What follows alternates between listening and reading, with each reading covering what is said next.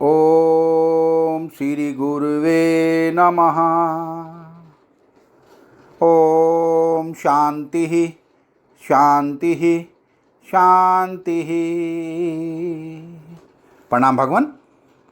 भगवान योग वासिष्ठ महारामायण से उपसम प्रकरण सर्ग नंबर 14 से 16 और शीर्षक है अनाधिकारी को दिए गए उपदेश की व्यर्थता, मन को जीतने या शांत करने की प्रेरणा तथा तत्वबोध से ही मन के उपशम का कथन, तृष्णा के दोष, वासना क्षय और जीवन मुक्ति के स्वरूप का वर्णन। श्री वशिष्ठ जी कहते हैं, रघुनंदन, इस भूतल पर जो मनुष्य पशु पक्षियों के समान धर्मा होकर आहार, निद्रा और मैथुन आदि में ही लगे हुए हैं, उन्हें उपदेश देना उचित नहीं है। भला मन में ठूंठे काट के निकट कथा का तात्पर्य कहने से कौन सा प्रयोजन सिद्ध होगा।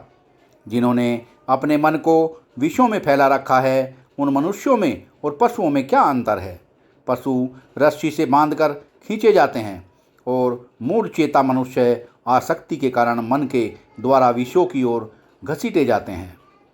जिन लोगों ने अपने मन को नहीं जीता है, उन्हें सब ओर से दुखदायिनी दशाएं प्राप्त होती हैं। रघुनंदन, जिन्होंने अपने चित्त पर विजय प्राप्त कर ली है, उनके दुख उत्तम विचार के द्वारा दूर किए जा सकते हैं। इसलिए जिसे ज्ञेय तत्व का ज्ञान हो चुका है, वह ज्ञानी पुरुष उनके दुख का मार्जन करने में प्रवृत्त हो। इस त्रिगुणात्मक मायामय प्रपंच का आश्रय लेना बंधन में ही डालने वाला है। यदि इसका त्याग कर दिया जाए तो यह भवबंधन से छुटकारा दिला सकता है। मैं और यह दोनों ही नहीं है। इस प्रकार चिंतन करते हुए तुम अनंत आकाश के समान विशाल हृदय वाले आत्मा के रूप में प्रतिष्ठित हो पर्वत के समान अविचल भाव से स्थित हो जाओ। यह संपूर्ण जगत परमात्मा ही है। ऐसे ज्ञान का अंतःकरण में उदय होने पर कहाँ चित्त है, कहाँ चैत्य और क्या चेतन है। मैं चिन्मय ब्रह्म हूँ, जीव नहीं, क्योंकि वास्तव में एकमात्र परब्रह्म परमात्मा के सिवा जीव नामक कोई अलग पदार्थ नहीं है। यही चित्त की शांति है और इसी को परम सुख कहते हैं। रघुनंदन, यह संसार परमात्मा का ही स्वरूप है। ऐसा निश्चय हो जाने पर निसंदेह चित्त की कोई अलग सत्ता नहीं रह जाती। इस प्रकार परमार्थ तत्व का बोध होने से यह जगत परमात्मा ही है, ऐसा दृढ़ निश्चय हो जाता है। उस दशा में जैसे सूर्य के प्रकाश से अंधकार का नाश हो जाता है, उसी तरह मन भली भांति गल जाता है। जब तक मन रूपी सर्प इस शरीर में विद्यमान है, तब तक महान भय बना रहता है। योग से उसको मार भगाने पर भय के लिए अवसर ही कहाँ रह जाता है। श्री राम तृष्णा विषलता के समान है। वह बढ़ते हुए महान मोह को देने वाली और भयंकर है।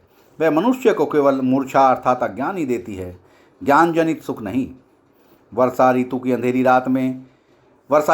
रात के समान मन में अनंत विकार अर्थात भय आदि उत्पन्न करने वाली यह तृष्णा जब जब प्रकट होती है, तब तक महामोह प्रदान करती है। रघुनंदन, संसार में जो दुरंत, दुर्जर और महान दुख हैं, वे तृष्णा रूपिणी विष लता के ही फल हैं।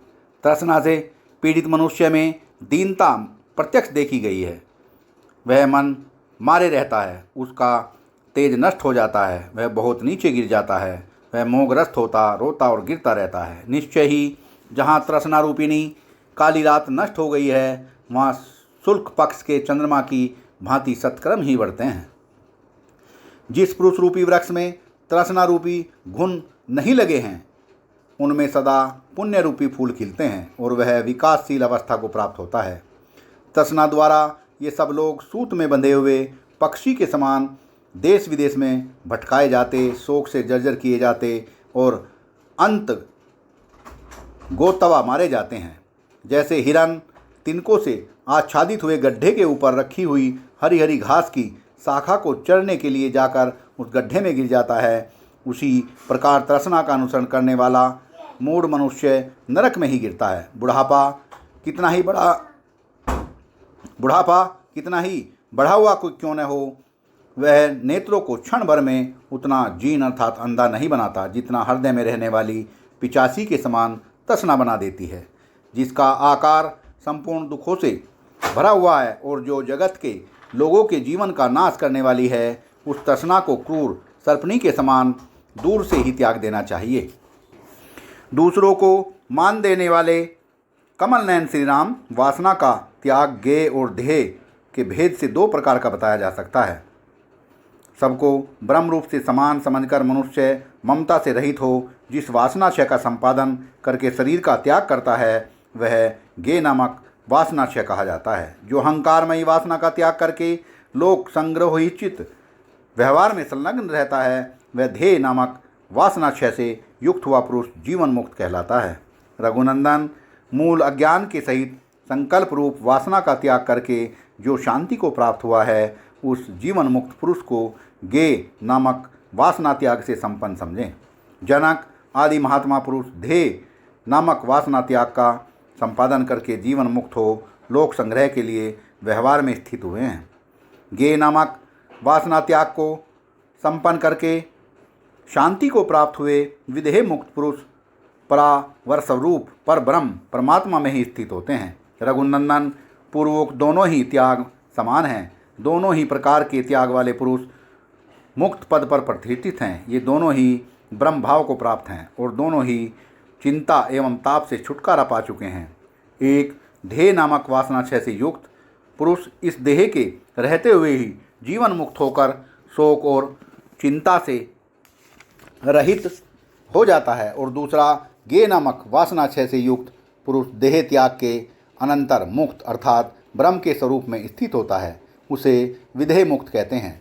जो समयानुसार निरंतर प्राप्त होने वाले सुखों और दुखों में हर्ष और शोक के वशीभूत नहीं होता, वही इस लोक में मुक्त कहा जाता है। जिस पुरुष का इष्ट वस्तुओं में राग और अनिष्ट वस्तुओं में देश नहीं देखता, वह मुक्त कहलाता है। जिस पुरुष का अहंता ममता को लेकर ग्रहण और त्याग रूप संकल्प क्षीण हो गया है, वह जीवन मुक्त कहलाता है। हर्ष, अमर्ष, भय, क्रोध, काम और कायरता की दृष्टियों से जो रहित है, वह जीवन मुक्त कहलाता है। वाल्मीकि जी कहते हैं, भरद्वाज महर्षि वशिष्ठ जब इतना उपदेश दे चुके, तब दिन बीत गया। सूर्य अस्ताचल को चले गए। उस सभा के सभी सदस्य मुनि को नमस्कार करके सायंकालिक उपासना के निमित्त स्नान करने चले गए और रात बीतने पर सूर्य की किरणों के उदय होने के साथ ही फिर उस सभा भवन में ही आ गए। सत्संग को विराम देते हैं भगवान। प्रणाम भगवान।